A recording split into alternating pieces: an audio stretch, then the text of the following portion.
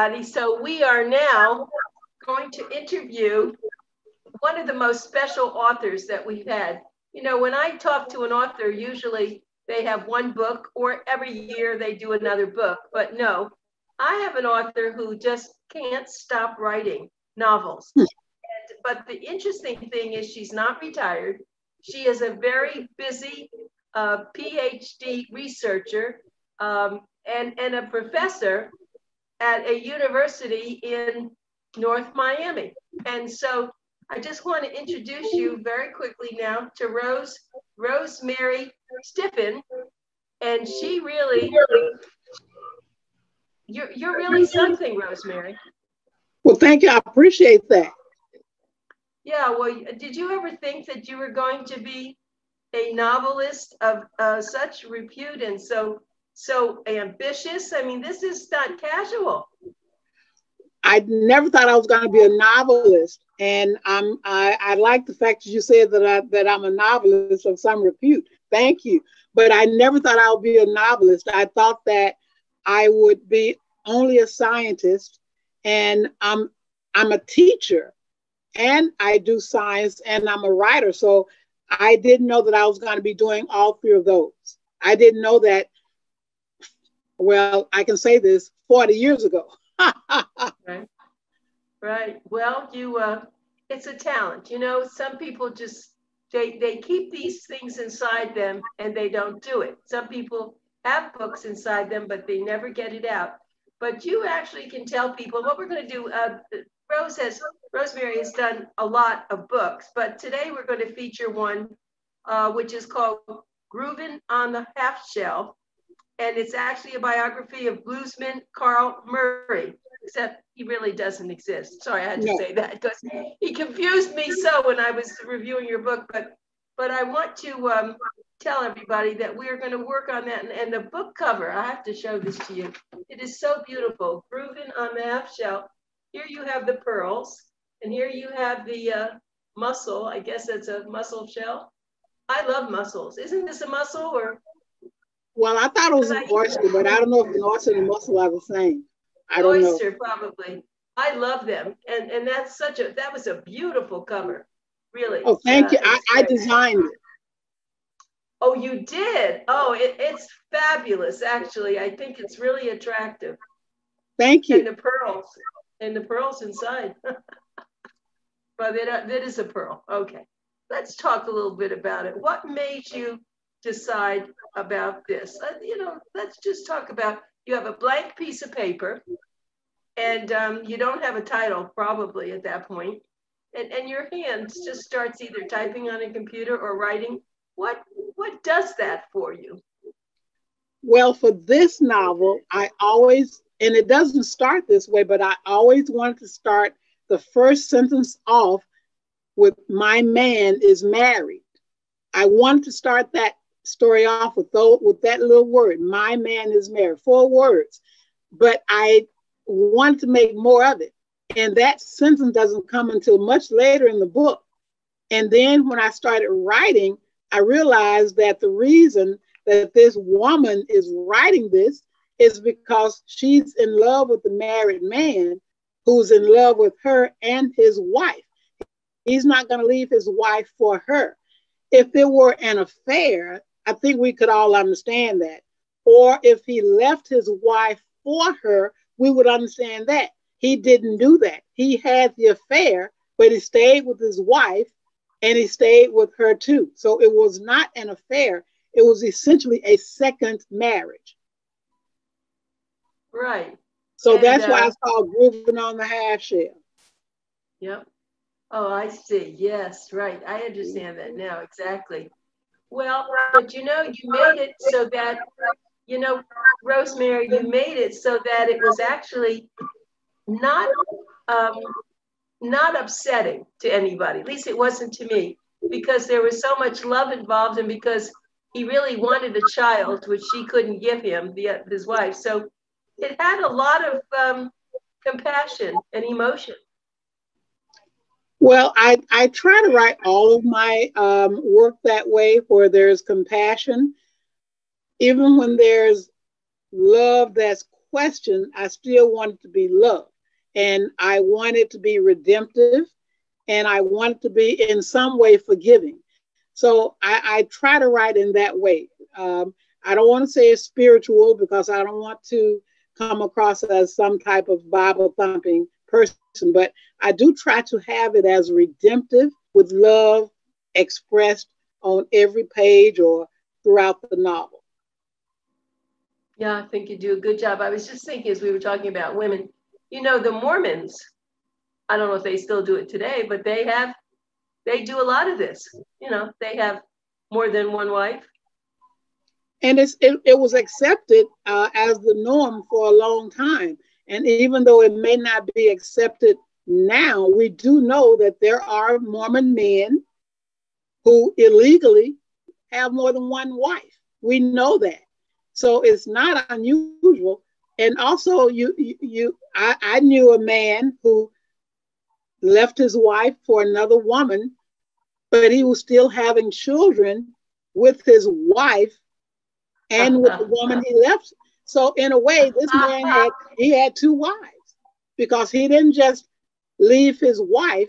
He was still fathering children with her legally, but he was also with the woman he left his wife for, having children. So he may have one child with his wife the next year with the woman he left his wife for. This is real. So even though Carl Murray didn't exist, the concept of him exists. The concept. I just put them together, living in one household. Yeah, that was great. Well, at the risk of driving all our listeners and watcher viewers crazy, are there any women who have two men? I mean, why does it always have to be one man with two women? I wonder if society could take that, because society, that now I know women who have more than one man, but they are usually judged. So I don't even want to go there.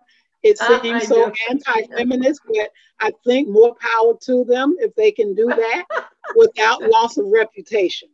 Right, right. I just had to throw that in there. It was one of those things. Oh, I think it would be great, but society. Right. One never knows in the life that we have now, right? Everything is crazy. Okay, so let's just talk. The other thing I want to say is that you are very good at when you've located couples and they're in a certain southern place, that you speak the lingo of that location. You put that in your writing. That's amazing. Well, so Groovin on the Half Shell is set in Mississippi and Tennessee, and I lived in both places. So of course I'm going to be able to speak the dialect or the language or the accent or the way that we put the words together. That is very close to me because I grew up in that type of world where that's how we spoke. Yes. Yeah, that's right. And that makes it very nice because it really makes you feel like it's true and it's happening, you know. So I find that to be an interesting thing on your part. And you have to have lived there. I don't think you could do it. You know, I guess you could fake it, but it's very good. So the thing that I want to talk about though with this is what happens when you're writing this. Of course, you have your characters, but do you have to have those characters on a wall that you look at them? And I mean, do you really see them, or it's in your mind's eye? Or, you know, you can't write, you're very good at character definitions and showing these characters. How do you see them? You see them, you know, in pictures? Well, for Groovin on the Half Shell, some of the characters literally came to me as I was writing. So I didn't even know they existed until I started writing. And I realized that, oh, this person is going to come into the door. Now I've got to get to know this person and start writing about him or her. So that happened throughout the novel because this was a short story that I developed into a short novel. And so I had to find characters to fill the pages. And they literally came to me as I'm writing. So even though I had some that I thought were fully fleshed out, others just came to me as I'm literally writing the novel. It's amazing to me. Yeah, that's do you think other novelists have that same technique, or is this unique to you? No, I'm sure I'm not unique in this regard. I think that writers always have their cachet of main characters, and then in another room or another dimension are these other characters that they can bring in and take out. It's just the way that we can synthesize them into a story. I don't think that I'm unique at all. I think a lot of writers probably do this, and they're much, much, much, much better than I am. I don't know about that. Are these people in your past, are these real? Are these people you've run into? Are they totally make-believe? No, they're all make believe except the concept of Carl Murray. As I said, I've known men who had more than one family. They had more than one family, but they were not living with both women. I simply put him with both women.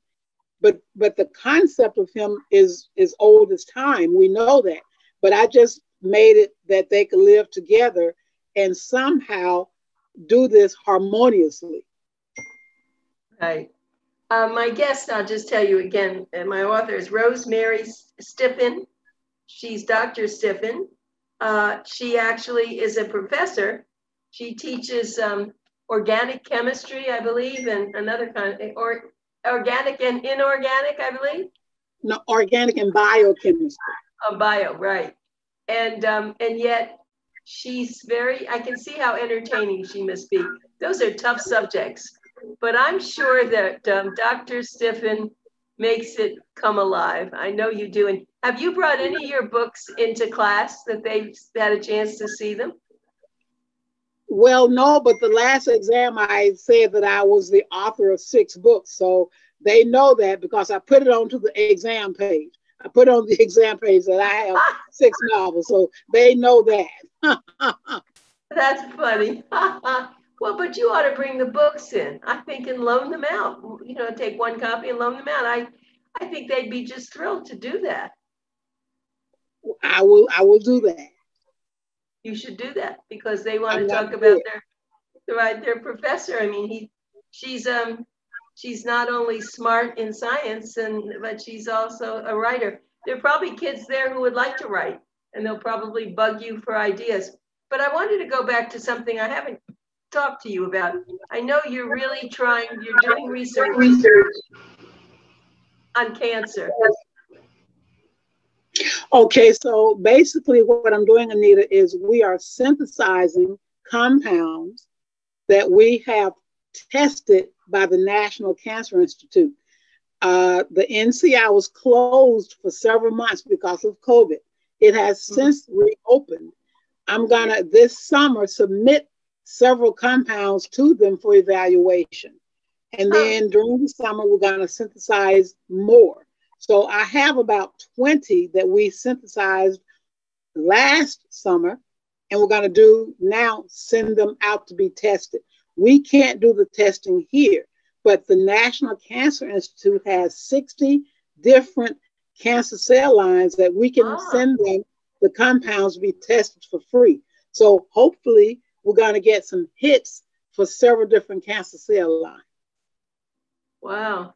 Well, I want to tell you, I said this before, I just got another email from the Scripps Research. They're going to have another lecture at Scripps, and it's on cancer. So I'm going to forward that to you because it's all online. I haven't been getting anything, so that would be great. Yeah. That would be great. Please send it. Thank you. Yeah, I'm going to because they are, you know, they're different than you. Of course, you're doing this by yourself in a sense, but they have a whole, you know, a whole lineup of people working on it. Okay, well, that's the other thing I want to talk about. So, Groovin on the Half Shell. Why did you think that Groovin on the Half Shell was a good title? You don't just come up with these titles casually, do you? You have to think about it. Well, one of the in the novel, one of the characters says to Carl that he's crazy because he's in love with his wife and he's got a mistress, and he says, "You're grooving on the half shell." That phrase just came to me, and basically it suggests that he wasn't thinking right. Not to say that he was crazy, but he just wasn't thinking right. And I thought that was such a great title. I came up with the phrase myself, but it just makes sense. You're grooving, but it's on the half shell. That means you're not really there. It's like you're missing a few bricks. Right, right. That's true. When you explain it that way, sure. It just it's just until you read the book, you really don't understand that. The other thing was that your character was a great musician, wasn't he? Yes, he was a blues singer. Yeah, he a blues. That's right. Because you have other books. The other book was the Bluesman. Forget, I don't have that with me, but are you very big into music? Am I? Am I You what? love music and jazz? Oh well, I love the blues. I'm from the same hometown as B.B. King, which Ah, was one of the best bluesmen around. And he's from Mississippi. I'm from Mississippi. Of course, a lot of blues people are from Mississippi. Howlin' Wolf, Robert Johnson. So it's one of those places where you generate a lot of people who sing the blues. And B.B. King was a okay. bluesman, and I He's didn't great. tailor him after B.B. King. I just wanted him to be a blues singer also. Hmm. Right. Um, there were a lot of men blues singers, but there were a few women. Though we did have women singing the blues. Oh yeah, we had several, and we had several.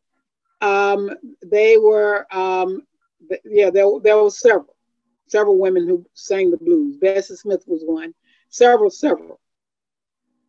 Yeah, yeah, but the men it seemed like men were always, that was unusual for women to get popular years and years ago, but they've certainly made their way now.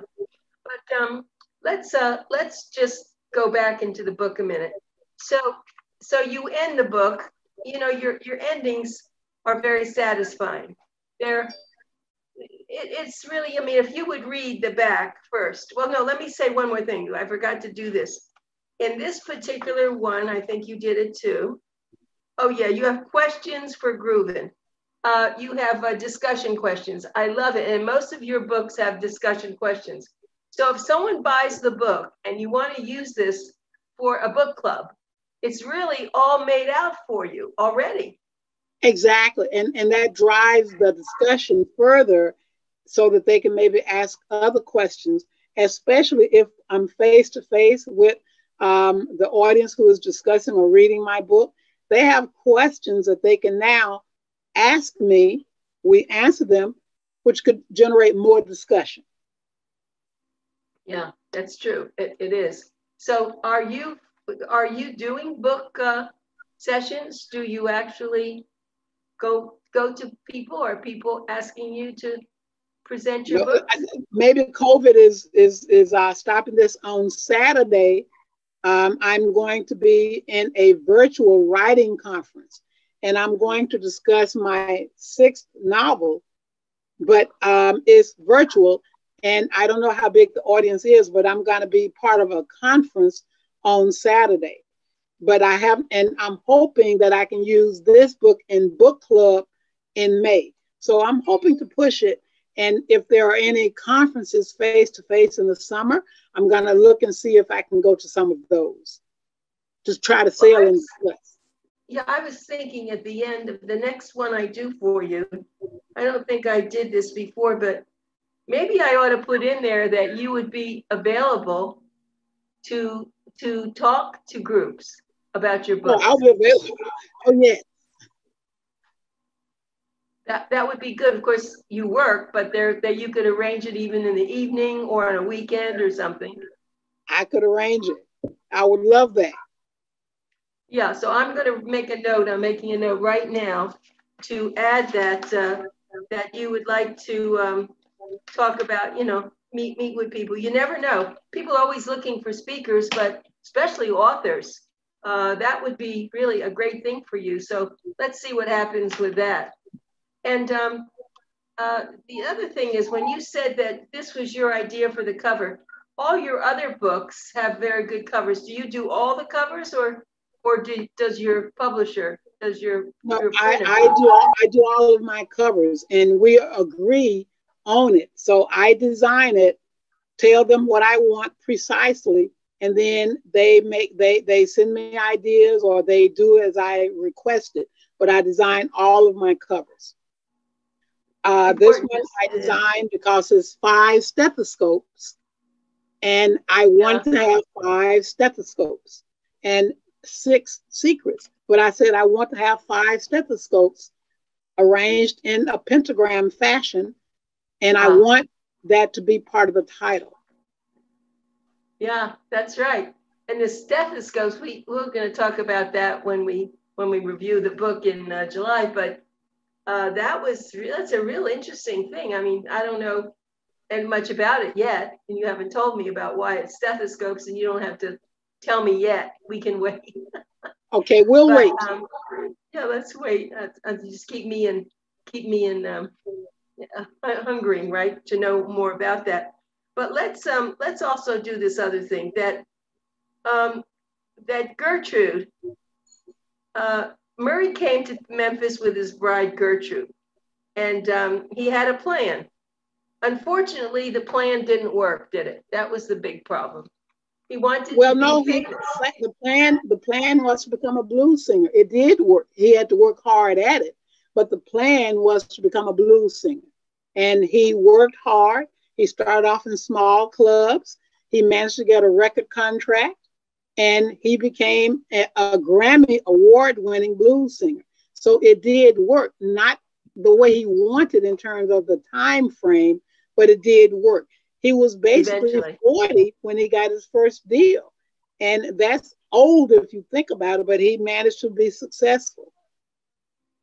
Right. But the thing is that he had, that's interesting. Even as a young man, he had a plan. He knew exactly what he wanted to do with the music. But it was a lot of people have plans to become big with music, but it doesn't happen. What do you think made him that it happened for him?